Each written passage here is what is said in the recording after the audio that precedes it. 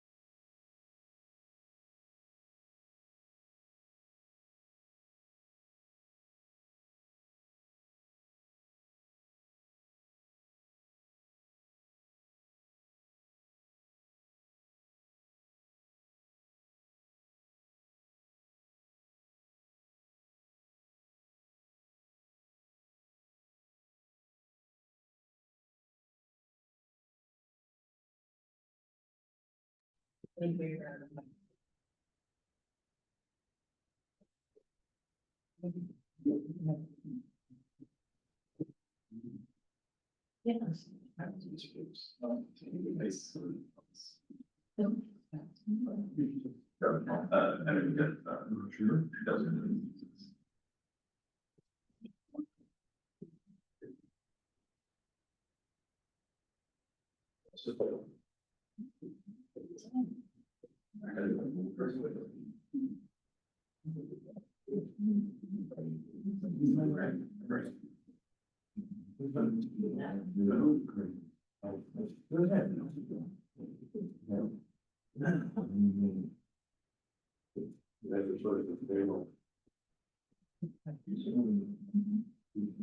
Trying to put stuff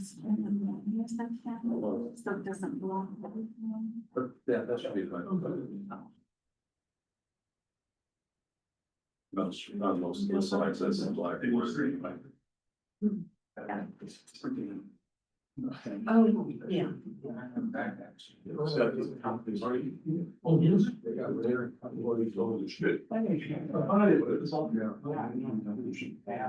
You got all that stuff. Yeah, yeah. Now. Okay. Okay. Early morning. Better get to. And what I found you. I got the old. That really kind of scale. Oh. The Gerald Fritz. And you've been doing garlic for that. Great, for that. Oh. So it's. Yeah,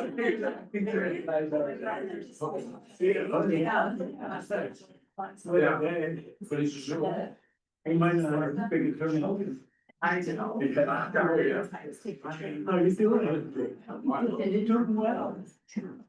Yeah. Well, I'm glad you're. That's it. Yeah, it is, yes. So hopefully it will answer this question. Related. Yeah, see, thanks for saying that, right? They'll have some time to work. The mayor's man, living in. Just also, Lincoln Road, they bought some property there, it's real close to me. Morgan English. In serious. Okay. So it's actually. On the side. Good part. That's what they're gonna try to build.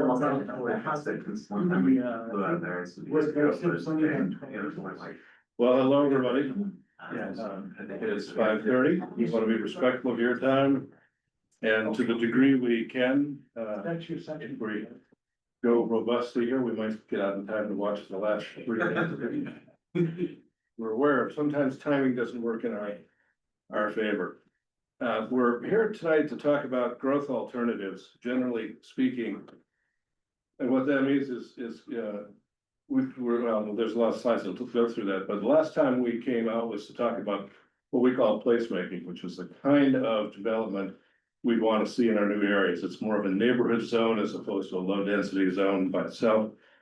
Now we're looking at how to accommodate growth for the next 20 years. And according to the Office of Financial Management, where we get our projection numbers, Spokane County is forecast to grow by about 100,000 people between now and 2046. And so this exercise is essentially, where is that going to happen? And there's a couple ways of looking at it we'll get into. The reason this map is up, and it's a cut duplicate of the first one on the easel over there. The yellow and the orange areas are what is called the urban growth area.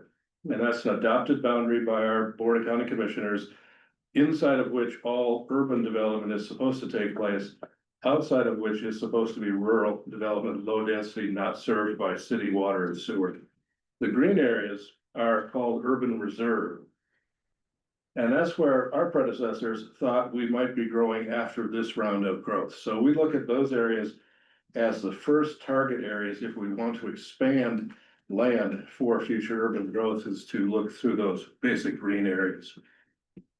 The environmental impact analysis or environmental impact statement process is the tool we use at this stage to classify how we're going to grow. And there are 3 alternatives. We can One is what's called a no action alternative, which is, simply to say, if we did nothing to change our development regulations or our urban growth area boundary, how would we accommodate 100,000 people? Or could we accommodate them? Alternative one is what we call, for short named, the infill development, which is to say, can you accommodate 100,000 new residents by simply changing your development regulations? In other words, making allowed development more dense in all areas. One of the challenges with that as a county is, and kind of a quick backstory, the Growth Management Act is what guides our work. But in these areas, it treats cities and counties identically. Cities are much better at this infill strategy because they're built for it. Counties that develop on the edges of cities are sort of historically suburban, and so adding that density is not nearly as direct for our edges as it is in our partner cities. And so the third alternative is one that looks at, can we create a different kind of zoning and development reg for quality of life, but also recognize that our historic development patterns have added land every time we've grown. So we've got those three approaches. What they have to do is accommodate this amount of household growth. And so there's 100,000 new households that are being projected to come in. Roughly about 35,000 of that is expected to grow in the unincorporated county itself, which is the unincorporated county and all of the cities. The unincorporated county is the fastest growing part of Spokane County and also the largest growing part of it. The city of Spokane is forecast for about 24,000 residents, and the city of Spokane Valley about 22. These are housing units. And you can see there's about, 17,000 expected in our urban growth areas, the unincorporated counties urban growth areas. In other words, the yellow and the orange over there. And then we also have to find room for as much as 6,000 new households within our rural areas, our low density, rural traditional, rural conservation, and even the urban reserve.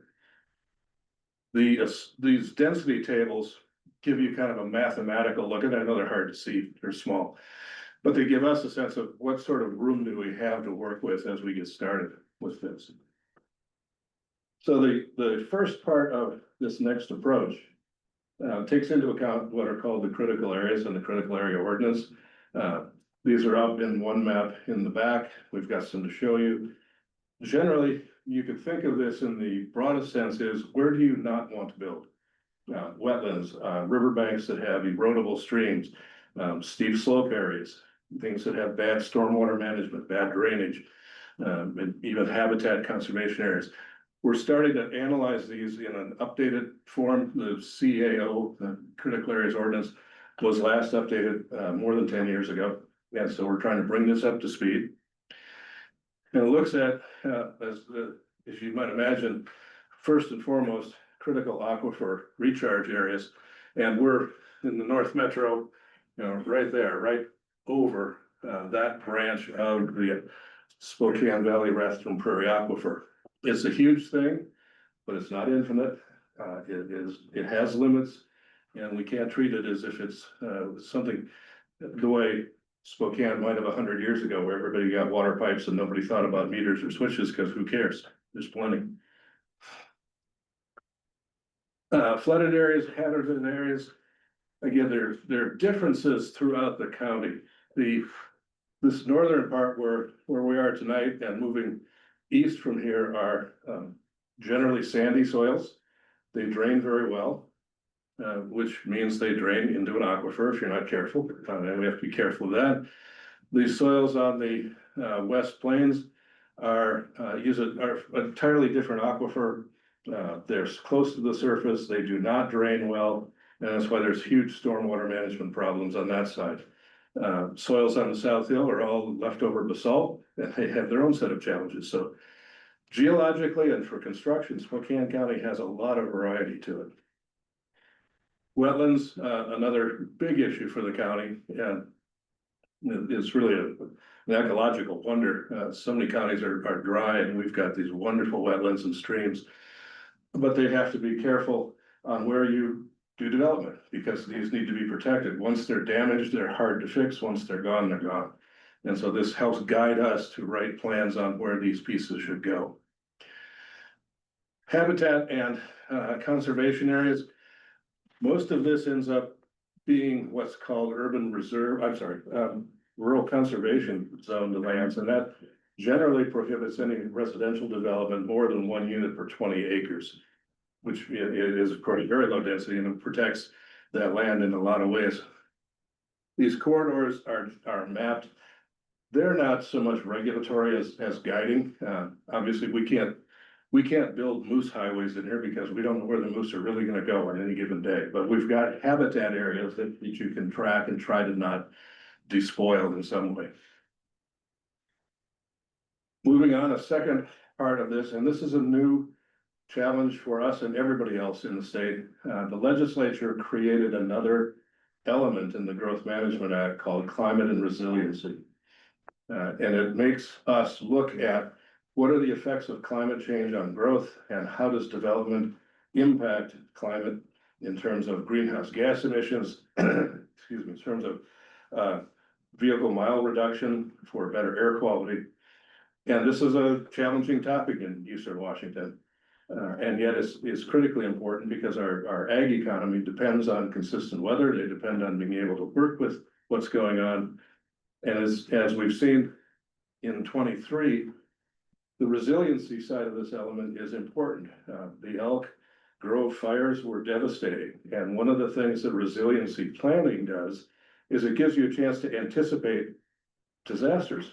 What could happen, and can we do our land planning and building in a way that minimizes or reduces some of that risk? And we've seen all of this is kind of small type. And just a quick reminder, this slideshow, all of our information is available on our web at spokanecounty.gov/BP. You hit comprehensive plan, you can find all of this. But, you know, stream temperatures have gone up, precipitation's gone down, snowpack has gone down, drought conditions have gone up in the last 10 years. So it's not imaginary. So to the guts of what we have tonight. With all of those constraints, the first thing we're looking at in this alternative one is regulatory reform or regulatory changes. And that is to accommodate 25,000 new housing units and find ways of doing that that have a minimum or a minimal footprint on the land. What we would do is, and what we've got here is what we would call assumed densities. Right now in Spokane County, you can have a density up to 8 units an acre in the low density residential or single family detached zone. When that actually is built, it becomes effectively about 4.5 units an acre. So we're saying if we assume 6 units an acre, a pretty modest increase, how much land will that save, or how much can we move? And then bumping up each of the higher density residentials, just a couple of units, but adding in some new residential densities in our commercial and non-residential units over some fraction of the land. Some of this probably seems very dry. It's kind of a mathematical exercise, but it gives us a sense of, can we accommodate these people in this area? What does that look like? These are two examples. The one on the left is essentially a 6 units an acre. You can see it's got a fairly traditional streetscape, trees, sidewalks, front facing garages, front porches. What's different though is in the back, there are separate structures, and those are not small accessory dwelling units that are 800 or 1,000 square feet. It's another home, and it's stacked on that same lot.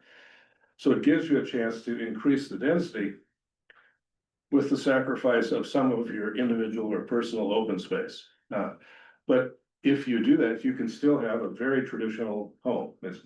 You can see, even just kind of guessing from the rooftops, those are 2, 3, 4 bedroom homes that you'd see as bungalows anywhere. If you move to 9 units an acre, the single family detached start to get compressed even more. They're on the bottom of that right hand photo. Side yards are pretty much down to fire code standards or even less.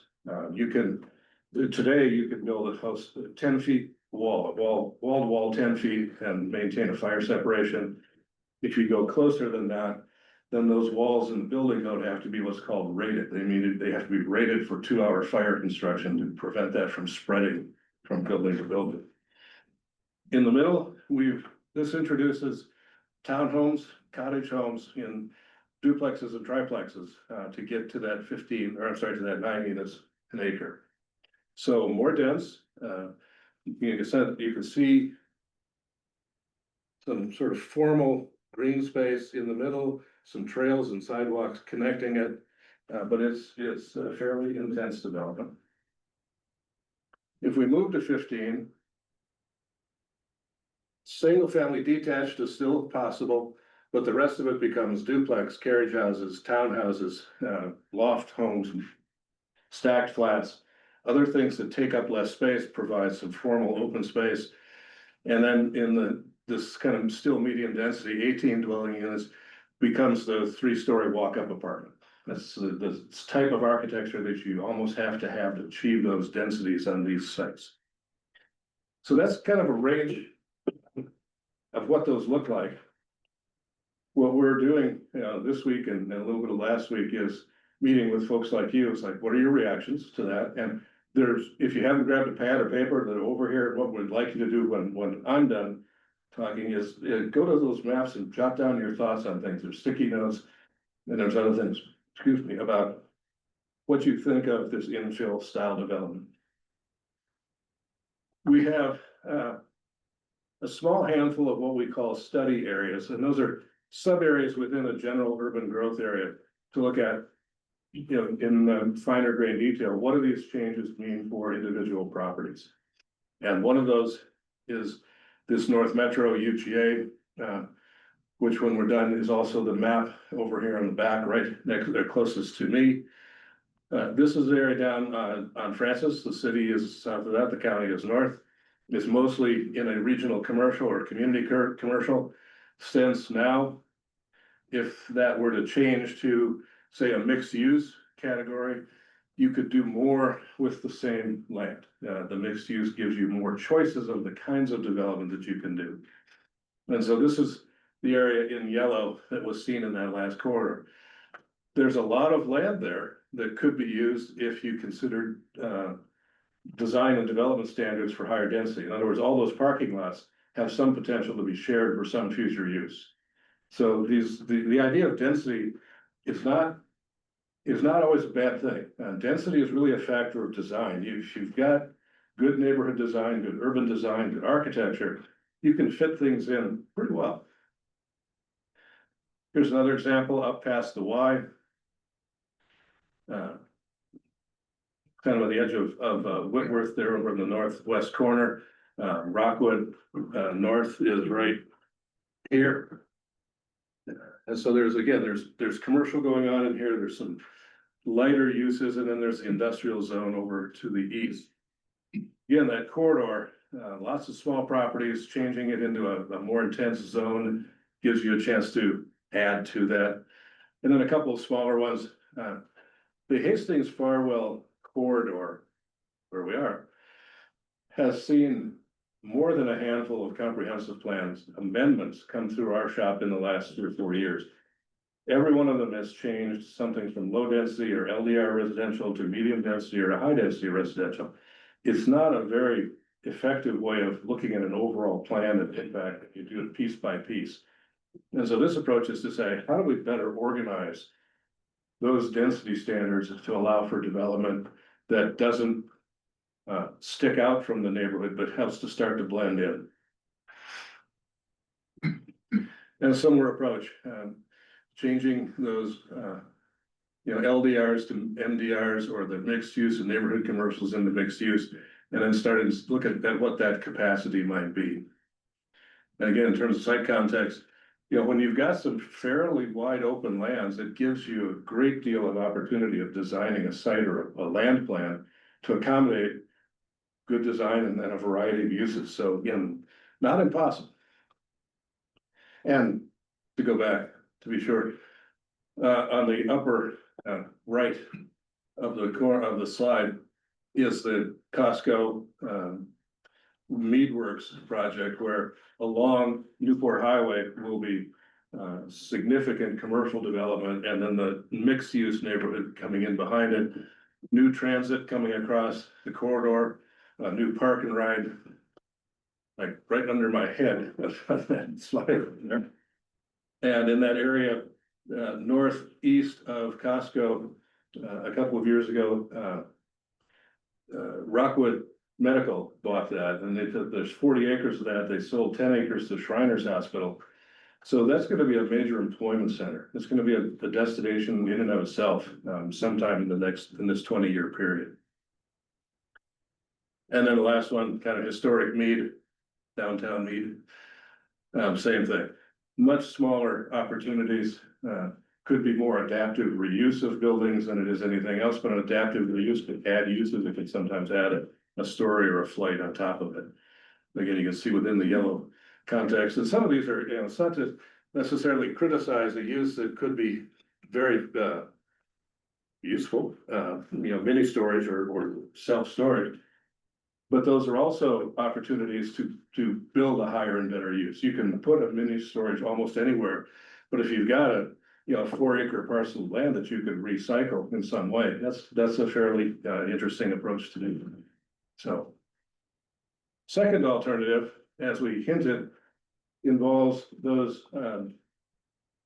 regulatory improvements to try to have more mixed uses in areas where you've got sufficient land to do it, but also recognize that the market here, the recent people have moved here, builders build what the market wants, and what they've wanted historically is a single family house on a small lot with a fence for their kids and their families and their dogs. And those are about, as we said, 4.5 units an acre. If we recognize, and that pattern's been true for more than 10 years, when we do our averages, it's been just constant. That trend line does not do anything except stay right where it is. So that's something we need to reflect.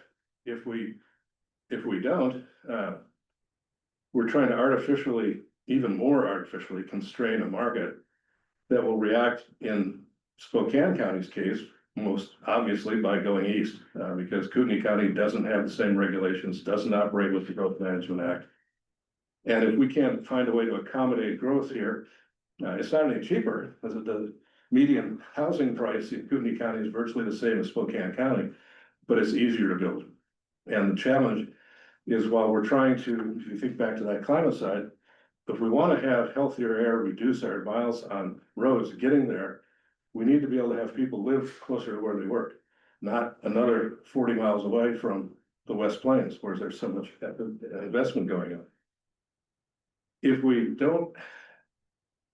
can't build those things and they end up in Kootenai County, then we've got more people on I-90 and more trips every day, and we've got to build more lanes on I-90 as opposed to having something that we can build in our neighborhood. So, a few slides on just topics on how we use this neighborhood zone.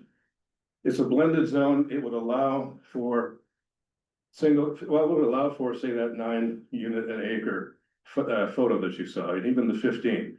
A mix of single family, multifamily homes, single family attached homes like townhomes, carriage houses, and even stacked flats.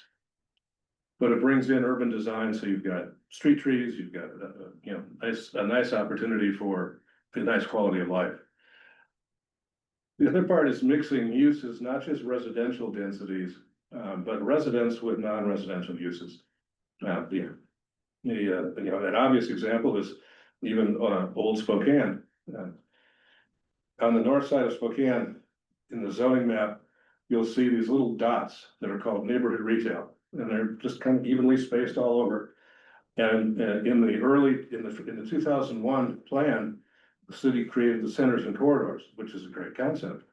But it reflected that you wanted to put your energy into these centers and corridors, but you wanted a walkable urban neighborhood.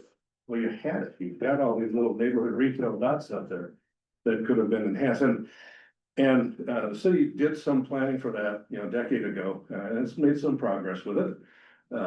So it's a way of thinking of this, but that's kind of what this is can you build, well, right now in that LDR zone, you can't build a coffee shop, you can't build a small business, you can't put a small market in there. You've got to have a separate zone or some other way of doing that.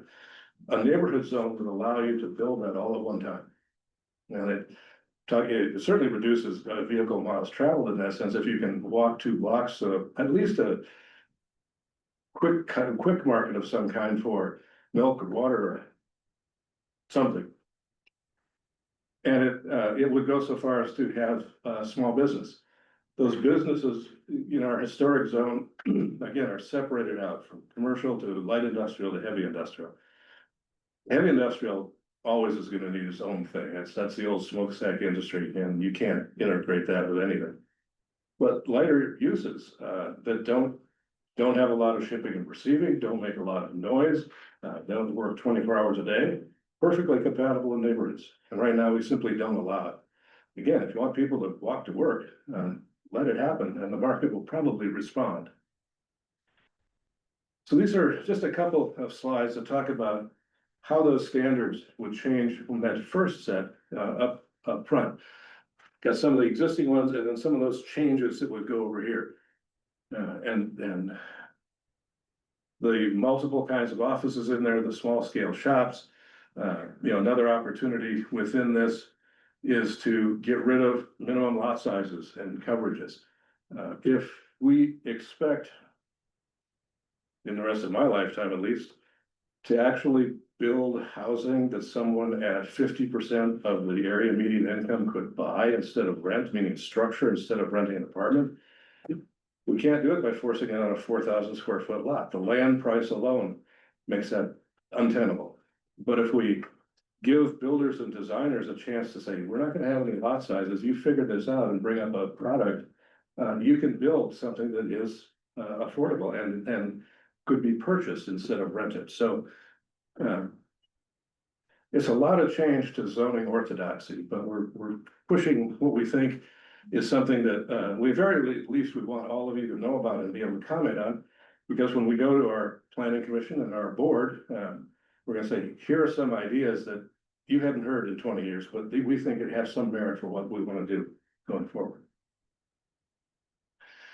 In the commercial side, in a way, we think of this as an opposite side balance to that neighborhood residential, where it's mostly residential but allows for smaller commercial uses. This would be a mostly commercial or business zone that allows for residential uses in pockets. Maybe it sounds like a subtle difference, but this could have a 50,000 square foot commercial footprint and some stacked flats around the outside of it. So it's kind of flipping that, but giving the options. And this is a zone that can adapt to some of what we've got now. You saw some of those parking lots.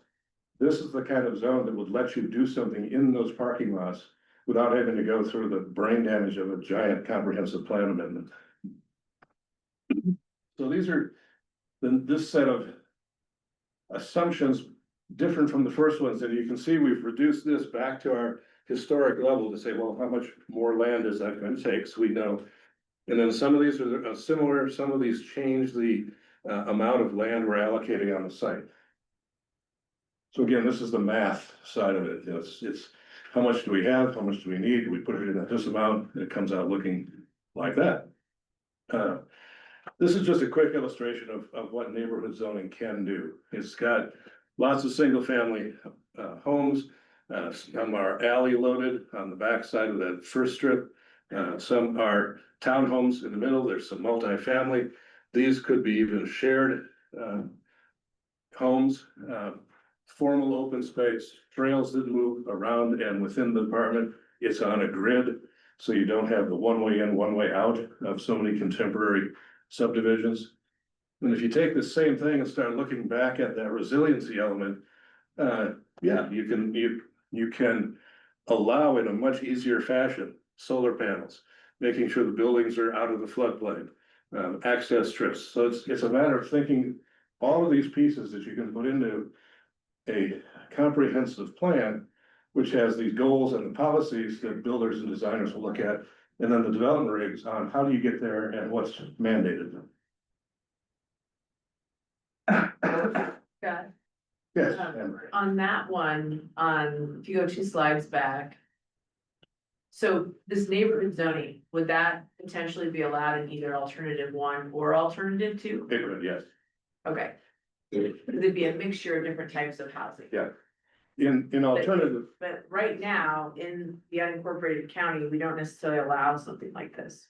we can, it's very convoluted. It uses a planned unit development overlay that Right. exists in our zoning code. But it's hard to get there. Yeah, this would be allowed by right in a future zoning code. The infill model, alternative one, would allow this, and we would present that and say this is an option. But that, because it uses so many individually small sites, we're also saying, let's keep the LDR for study purposes, the MDR, HDR, and study what happens if we simply increase the density and add some design and development standards. So, you know, if that was simply one parcel, you could do something different. But we'd like to explore this, and I've had several meetings with builders, with the Home Builders Association. At first, I expected to be chased out with a stick, but they have responded very positively, and to my sense, very positively, to the sense that you think about it, they look at me like, I don't know. And then it's like, well, but you can do this, you can have this range of housing, and you get to do it in one application instead of 3 different plan amendments over 4 different years. And like, yeah, I think we could probably do that. So I'm optimistic that the market will respond to this. So, the rules, if you will, this is kind of a shifting gears. All of this before was what can happen at these different densities, and we're doing it now is what are the rules for expanding the urban growth area if we go there? There are statutory rules from the WAC, or the Washington Administrative Code, which is the rules that implement the Growth Management Act. And then we've created a sense of local ones, these 7. I guess we've got 6 up here. Well, I'm sorry, I'm one slide behind. This is what the kind of the statutory requirements are for the most basic part of it. You shouldn't change your UGA if you can accommodate 20 years of growth in what you've got. If it's not feasible or undesirable to have those higher densities, you can consider amending your UGA. Those are some of the criteria that are recommended, particularly if you're swapping lands from one part of an area to another. Spokane County has to be careful with that, because until recently we were out of compliance because the county had done this exercise badly in 2015, and it was not, it was appealed, and the appeal was supported, and we've been trying to fix it. And we're back in compliance as of March this year. So these are the criteria that we added in addition to the WAC. So first, sort of obvious, you have to touch the UGA now. You can't create a new piece over here that isn't part of, that can't be served. Capacity for sewer has to be available. We set at least a starting target of 10 acres or more. And nearness to highways is a very, very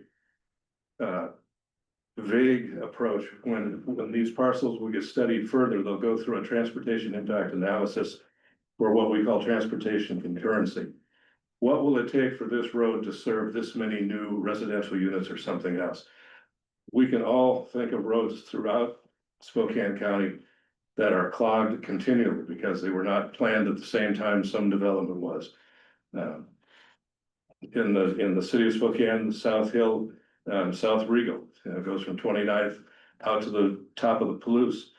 All that development that's come in there, Regal hasn't changed in 20 years, and so it's jammed all day long. And it's not a downtown street that gets tranched in those ways. So transportation is a big part of it. First cut, again, back to that urban reserve, and then a couple others. We looked at some of these as optional and some as required. What that leads us to is this map, and there's a copy of one of these on the table, the other side back there. And for orientation, this is well, the river, of course. Indian Trail Road goes up here. This area is generally 5 Mile Prairie, and this is outside of the city. The Avista power line, transmission lines comes right across here. As those colors get darker, they meet more of the criteria suggested for analysis in UGA parcels. And so you can see there's some pretty big parcels, several hundred acres, that do pretty well. And then even in the in 5 Mile Prairie, these two are plats that are coming into the UGA as part of that settlement agreement. So they're gonna be part of this, and they're attached to the city. Here they draw city services. There's 2 parcels there that meet all the criteria besides that. So if we need, and those are 40-acre parcels, that's 80 acres of land that's already adjacent to roads, sewer capacity, that has the ability to develop. Northeast side, similar color scheme, the darker ones meet more of the criteria. 395 division extended on one side, Newport Highway coming out the other way. So there's, and the bright yellow ones, for the most part, are simply residential parcels that group together are in that 10-acre category. So there's not much that. It's definitely once you get into those orange and other parcels that look more like they're good candidates for development. And some of them that are in this category are washed out of the analysis because they're covered in to a significant degree in those critical areas. And so that's where you start to see that winnowing of, can we do this kind of development? Timeline for this amount of work is very, very fast. We have been working at updating this plan since 2021, actively with our city and town partners since 23. This EIS study is headed for what we call a draft EIS by December. And at that point, we'll know more about the feelings on these density bonuses, so to speak, and the growth in the UGA, because we will be extracting some of that information from at least the 2 bigger cities that have bigger allocations to meet. If they, for example, say they can't handle this allocation, well then, and if they were supposed to get 22,000 and they said we've only got room for 20 with the system that we have here, well, that 2,000 goes back into the county bucket to be figured out in how this all works. We're hoping to get as much of that information as we can in the next 30 days. And they've been working on it for a year, so it's not brand new. With the idea that getting a draft EIS published on or about December 1st is our goal. It could be that that ends up just getting pushed back because we can't get our cycling quite right with our partner cities. And to that degree, I don't want to criticize them for dragging their feet. This is very hard work. This is very complicated work, and it has a lot of policy complications. When county boards and city councils start looking at this, they're making real votes on impacting a lot of people. So this is not something that we can ask them to rush too much. That said, we're working with Department of Commerce to say, the next time you do this, which will be 10 years, and there's a 5-year window in here too, you need to give counties a 6-month stagger. Get all the cities to get their work done and give the county another 6 months to incorporate that into our work so that we can make this thing consistent throughout. Right now, we're on exactly the same timeline. And so it's, you know, it's rush to get these things done. So with that, I'm happy to take questions, and if you like, you can look at the maps. We've got planning staff here, including Matt, who's our lead consultant from Facet. Their team is helping us enormously on getting these documents and all this work put together. So thank you for listening. Let's start. 2 words. Okay, Oh, did you have a question? go ahead. So I noticed that they still using 35 feet as the height limits. Yeah. You can't add another floor for some of the multifamily dwellings. Virtually all of those parameters and dimensional standards are up for study. The 35 feet is, I'm sure you know, it's roughly a 10-foot floor, so you can put 3 stories at a peak, you know, for rain and snow drainage. Again, 40 are adding another 4 feet to that and putting it in where you've got other design and development standards will be almost unnoticeable in the neighborhood. So, yeah, all of those dimensional standards are up for consideration. And then the floor area ratios because you're talking about packing things in better. Yes, A lot of times that's a that's a constraint. It was a huge constraint. It is something that is a useful tool in a downtown core. It doesn't work in our suburban areas to any significant degree. FARs are we're gonna likely recommend that they just go away. You know, and where we would leave them would be probably light industrial and heavy industrial areas where you're trying to say, how much can you cover a piece of land before you don't have drainage or something else, but the kind of things we're talking about, they don't make any sense anymore. Amber. So the 3 study areas that you showed up north here, do all of those have access to transit or planned access?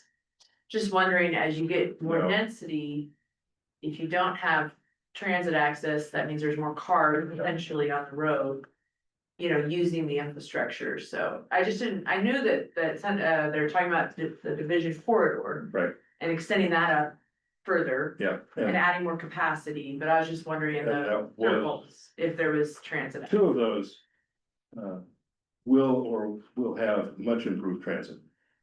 The one that runs up to Whitworth, Rockwood, that is now a planned node that we've been working with SDA and the city on planning that out. We've identified that, and that's the other one is gonna be essentially where that Rockwood clinic will Oh, be. you said a park and ride, right? Is that what you said, or, SDA wants to build a station, like Moran Station. that would be like the end of the Outside. line? Yeah. Okay, For now. We're gonna work with Carl and their staff to make that a more urban transit station, because it's gonna have it's not gonna be a suburban area. That area at Meadworks going up into the North Mead area, which is currently in a Lammert, but has a lot of urban zoning in it. That's gonna be an area that's gonna grow quite a bit. Especially as the North Spokane corridor gets connected, that's gonna put enormous pressure on our north area. Deer Park is kind of going, what's gonna happen to us in the next 20 years? So And those two are gonna have good you say what transit. a Lambert is. Oh, I'm sorry, Lammert is a local area of more intense rural development. It's a good bureaucratic, I only learned that Acronym. like a year ago. it's in the Growth Management Act. And what it generally means is, especially in the eastern counties, it's all those places that have a crossroads of some kind. That might have had a grain elevator or a train went through there, gas station, a church, a bar, a grocery store, that have only a few homes around them in most cases. And they're classified in this thing to keep them, to recognize that they're still valid. But they're like the neighborhood retail in the city. They're not allowed to grow. And we think that's wrong. We think that those little vibrant places, if they could grow a little bit and sustain themselves economically, could be places where people would choose to live and not want to be in a high-rise downtown or even in one of these areas. So it's another reform we're working on with our county planning directors through the county association. But yes, that's where it comes from. There's a special designation for non-urban, non-rural areas. Yes, ma'am. So I live up by Bidwell Park, and so I just want to say thank you for the thoughtfulness that is going into this planning. I think I came with a lot of questions too, but you've addressed a lot of them in the recognition that we need more housing. It needs to be affordable. We need to be talking to the 30-year-olders. Because I think the trend that you've seen for Spokane and the kind of house is going to be changing. We So- totally agree. So thank you. I'm just totally impressed and very grateful that you put this much. Well, effort thank you. into We it. So have- thank you, team. We have a great staff that's working on this. But what you mentioned is something we're not factoring in here, but we're aware of it. When you have those development density and persons per household charts up there, we're using 2.5 persons for a single family. We're using 1.5 standards. Those are out of date. You know, the single family homes are 2.1, and the multifamilies are 1.1. And so they're lower density households than they've ever been before, and that puts more pressure on the number of units that you try to have to accommodate. We're using those because they're sort of generally accepted numbers right now. But in studying with the home builders and others, we're finding in Spokane County that they're dropping. So I don't know that that will make a major difference in ultimate recommendations, but it's something we're aware of, and it'll definitely come into, you know, how you work on those neighborhood, that neighborhood zone, for example. So to that point, are you looking at national trends, especially with, you know, millennials, and younger folks wanting to purchase homes? And what they're looking for compared to maybe baby boomers and Yeah. Gen X? We are, at this point, it's a very macro look, we use our connections through, our Urban Land Institute, American Planning Association, to get a broad brush of what's going out in the literature. But we're also talking to builders, and some of these markets are, they're more localized, but there's a lot of commonality. More direct way we will bring that into this is as we start to really create our economic development chapter. This is about kind of how you build in, almost in a vacuum. If you've only got a population number and a household number, well, what do you do with it? But if you're gonna try to attract new and vibrant businesses through a university district, through, you know, what's going on in this North Beach area, through the West Plains area, how are you gonna get employers and workforce, labor force to come in if you're not figuring out what do they want? What do they want that's maybe in Denver that we don't have here, or in Boise? So yeah, we're taking a look around at as much as we can, and a lot of them as we get into those other elements. Well, I know everyone wants to go look at the maps, but could you just speak briefly to the affordable housing chapter too, which is new? That Commerce legislature adopted that just a couple of years ago, right? And it's the Yes, first it time we planned around. Hide your Here eye, we you have- don't get motion sickness here, Don't go too fast. we go way back. But I was just wondering if you could comment on that, because it's, Happy to. in the past, yeah. affordable housing just kind of happened wherever it happened. Yeah. Or where it was allowed to happen, by, you know, in the past, redlining, et cetera. But how are we envisioning, you know, having some affordability even in our unincorporated kind of It- suburban areas? First off, it's a huge challenge for counties. Counties aren't built for this, they never have done. Secondly, we have to figure it out anyway.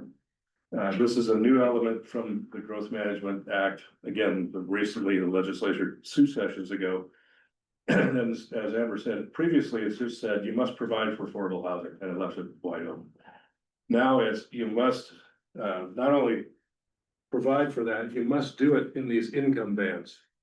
Right, and affordable doesn't Yeah. just mean like low income, it means of Yeah. all different income levels, middle income. Affordable is a terrible word for the discussion, because to, you know, to all of you, it probably means something a little different, you know, and so what we're trying to do is quantify that a little bit.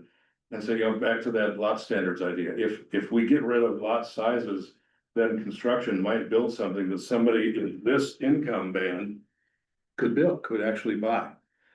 What we have to do, and Tate, the guy at the end of there is our guy in the trenches on this, is figure out what are those levels going to be for Spokane County for 20 years. And then at the very least, we have to have development regs that do not prohibit that housing from being built in that zone. Whereas traditional single-family zoning, LDR, has exclusionary overtones that go back to the redlining days of the turn of the last century, that prevent people of lower income from moving into more traditional areas. This is saying you have to have a regulatory system that allows for that to happen.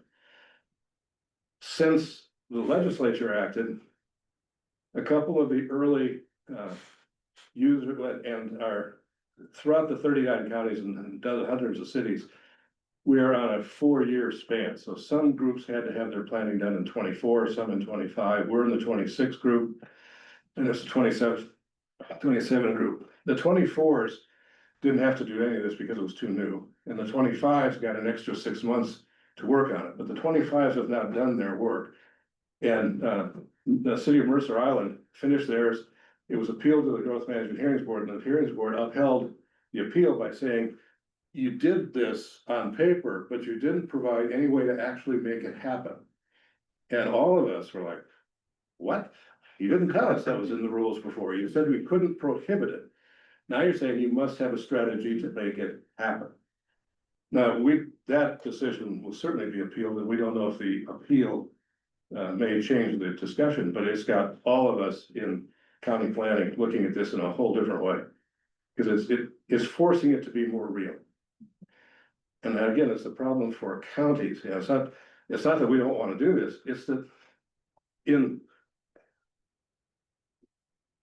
keep going back to it, absent the small homes on small lots, everything that happens for people living here and under in traditional world is gonna be multifamily housing for rent. They're not gonna be able to own the thing. And if we can think of this a little more creatively, then maybe we can push an ownership product onto that map in some way. But yeah, the next part is, you've got to think about a way to make it happen, and that's gonna be a challenge for all counties. Because we're not built for urban development, we're built for suburban development on the edges. And you know, our approach with this neighborhood zoning is to change that suburban development into small villages if we can. But that's about the best we can do. I'll add for mortgages, you have to be making more than 120% of the AMI and that's if you can get into a house. So the home ownership aspect is gonna be very, very challenging if we're wanting to do affordable housing for an ownership model. Pete, had your hand up a while back. Is there any effort, or I don't say effort, any optimism that we're gonna get the condo laws changed so we can build affordable housing? Well, thankfully, I was trained as an architect, as a planner, and not as a lawyer. But the short answer is probably not. The insurance group and their lawyers are being very deliberate. I'm sorry, we're getting the details. Condominiums in most places are pretty straightforward. You buy a space within a common structure and then you own common areas and hallways and recreation facilities like that. That's happened in Washington. It's still happening a little bit in Seattle. But the laws have been tightened up so that the liability for faults in construction in condominiums doesn't go away when you sell the last one and turn the building over to the association and all of the owners. The builder is on the hook for as much as 10 or 20 years for any subsequent water damage, foundation damage, or something else. And so builders are just walking away. They're saying, I'm not gonna take that liability. I've sold it off, I've given it away, I've sold it to this association and all these owners. They're responsible for it, they have to maintain it, but if they don't maintain it, I have to come back and fix it in 20 years. So it just shut off the industry like a switch. And until that gets changed, nothing substantial will be fixed.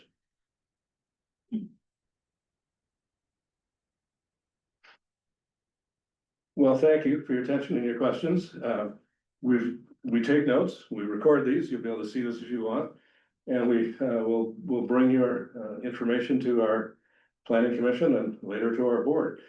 We're going to our planning commission October 30th, after we finish this series of community events. And we're turning right around, we're gonna force our planning commission to get their pencils out and start making some thoughts and recommendations. And then we're coming to our Board of County Commissioners with an early summary of this on November 3rd. And those meetings are always available on Zoom. You can watch us at those. Thank you, everybody.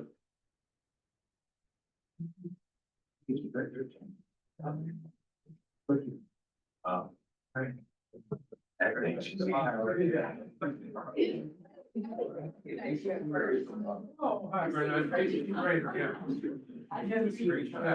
Yeah. Well, I'm like, Oh. okay, well, I pushed. Hey, you can pull it out. Okay. So, and then work in that type of. Yeah. Already. Yeah, you kind of, so, yeah, this is more the edge of my district, Yeah. You know, the south is the other edge of my house, so. Did you go to? I got a lot of questions. This is. I'm Patty. That's all we know. That's okay. But Cliff. You sound like the last time, yeah. Sure. Yeah.